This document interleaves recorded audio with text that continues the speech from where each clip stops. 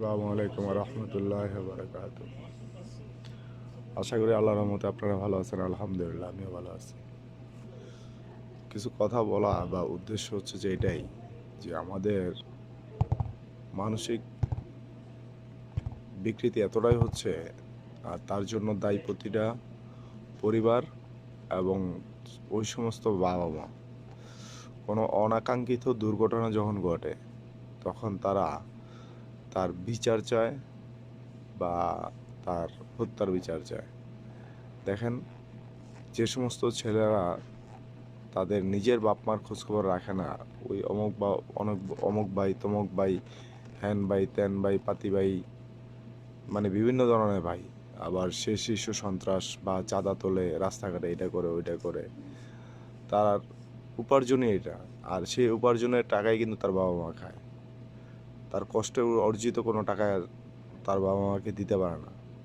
সে যে চাঁদাটা তোলে বা তার বাবা মা যে টাকাটা খায়, ওই টাকাটা দেখেন একজন গরিব অসহায় মানুষের টাকা তারা খাচ্ছে। তো তার জন্য আল্লাহ তাআলা তো অবশ্যই ওরকম ধরনের ব্যবস্থা করে। আর সমাজে কিছু মানুষ আছে, যে সমস্ত মানুষের দেখলে মানুষ হয়তো প্রকাশ্যে কিছু বলতে পারে না, কিন্তু মন থেকে তাকে সবচেয়ে বেশি ঘৃণা করে, থুতু দেয়, এমনকি আল্লাহর কাছে বদদোয়া করে।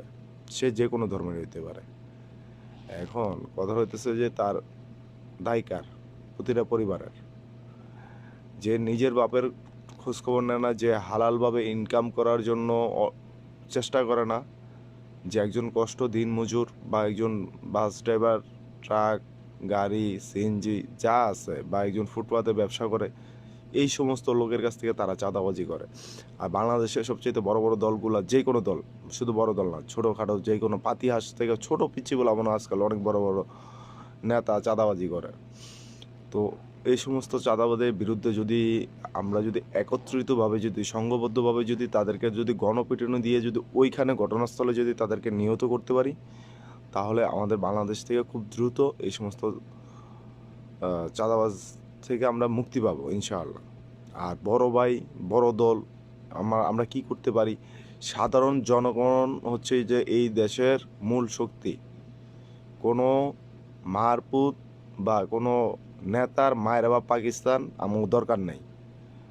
আমাদের কথাটা হচ্ছে যে একটাই, কোনো চাঁদাবাজের ঠাঁই নেই। যে জায়গায় পারবেন চাঁদাবাজদের জেনে পেবেন, অনেক দূরে গণদোলাই দিয়ে, সে যে কোনো দলে হইতে পারে, তার আগে মৃত্যু নিশ্চিত করবেন। আর ওই সমস্ত পরিবার কখনোই তারা বলতে পারে না যে তার সন্তানের বিচার চাই। তার সন্তানের